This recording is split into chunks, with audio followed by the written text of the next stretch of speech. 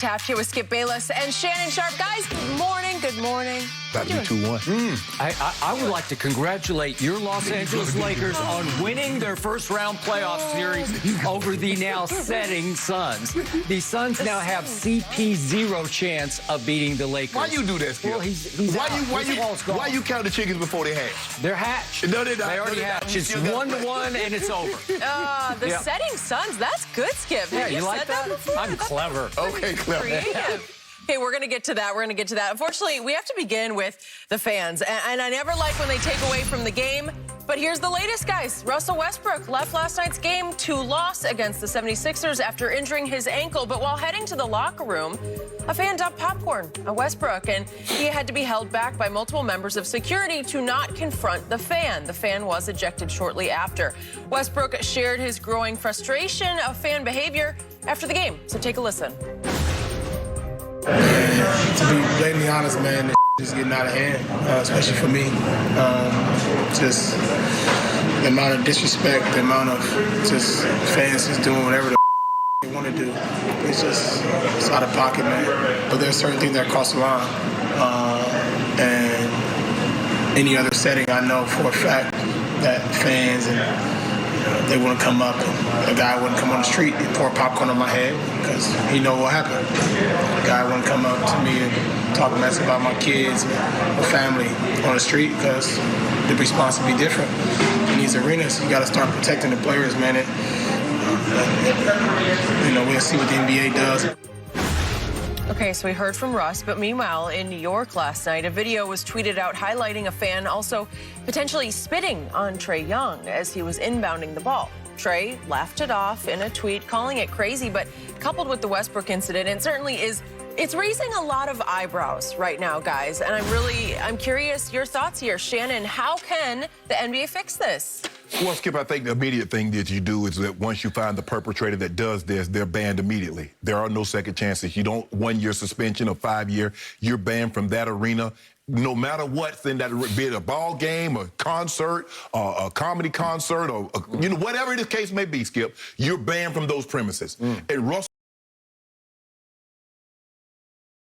Westbrook is absolutely correct. Skip, the level of disrespect that fans are starting to show towards the players is unacceptable.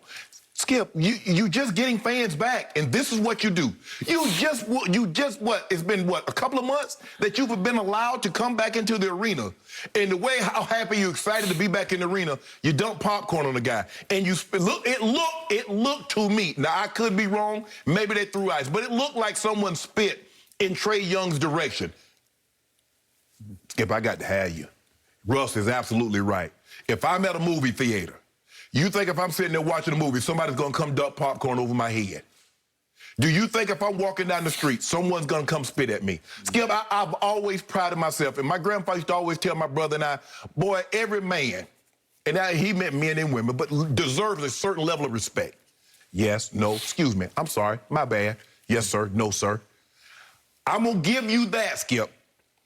And I'm not saying you ever have to respect me, but I won't allow you to disrespect me.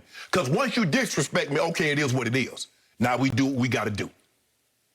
Why would you do, Skip, why would you do this? Why would you dump popcorn on the man? So, so you know what I did it? So he can go tell his friend, man, I dumped popcorn on Russell Westbrook's head. I don't. But you see how many security guards? He knows. Skip, it's kind of like when you're at the zoo and they say don't tap the glass. And what do people do, Skip? Because they know that 5-inch thick glass is protecting them from that silverback or that lion. Why would you? Why? You don't pay enough money. I don't care if you paid $10 million for a front row seat. I don't care if you paid $100,000 to get into the ball game. It doesn't give you the right to be disrespectful. And stop this. No person, you don't make enough money, Skip, to be disrespected. Oh, you making millions of dollars. What? You out your mind. Because Russ makes whatever he makes, he should have popcorn dumped on him.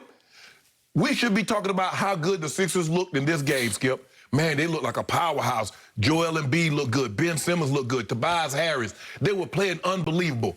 But the story is not about the game. It's about some dumb jackleg fan trying to be cute, want to tell his boys he dumped popcorn on Russ. They should have let Russ go up in the stands.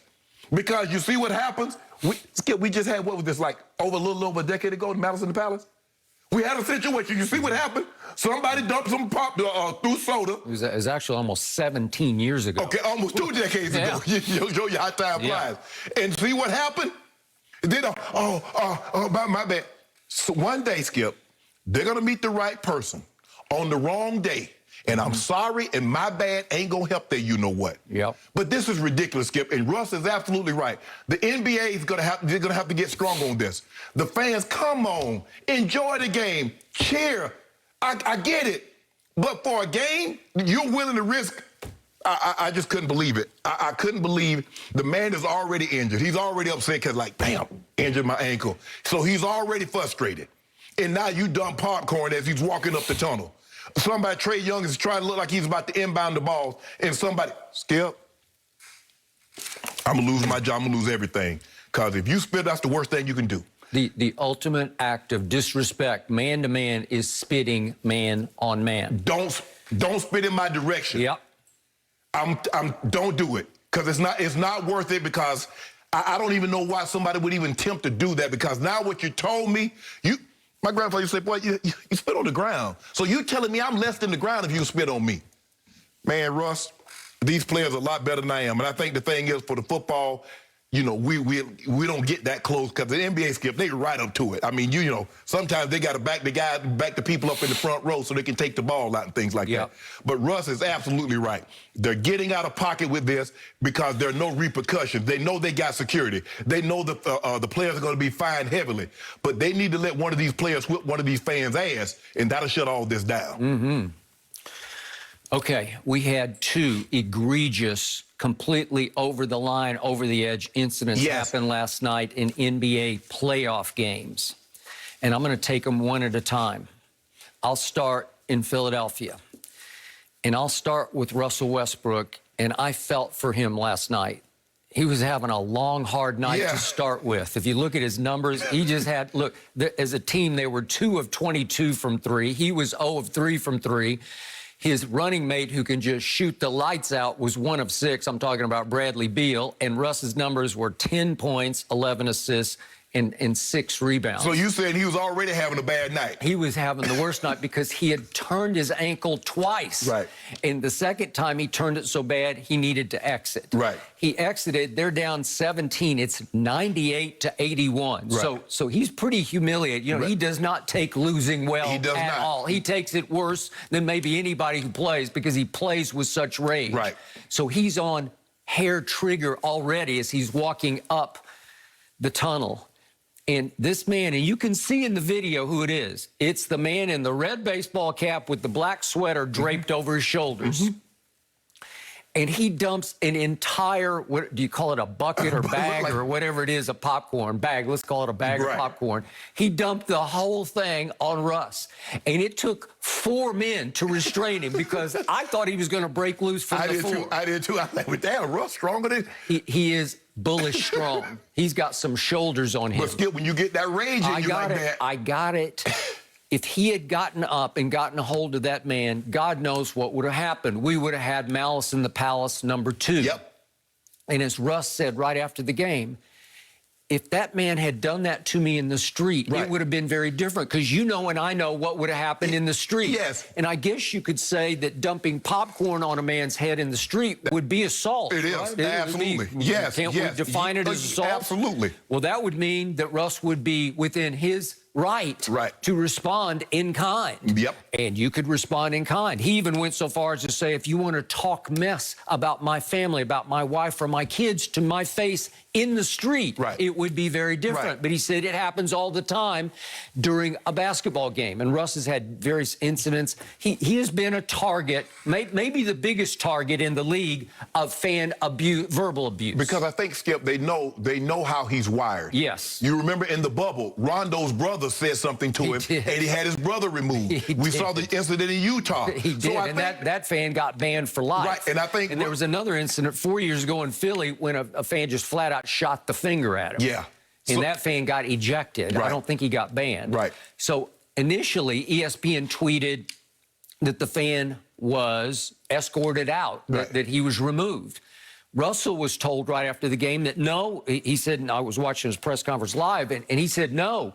He ran and he escaped. So I don't know, but LeBron tweeted about, we got video cameras everywhere, so we should know who this man is. Exactly. And we should identify him, and we should, within the confines of the NBA rules, prosecute him by banning him. He should not be allowed in the doors. Although some were saying, in fact, we're going to have our man Meta is going to join us here in it'd be the 11 Eastern hour of this show. We're obviously in the Pacific time now.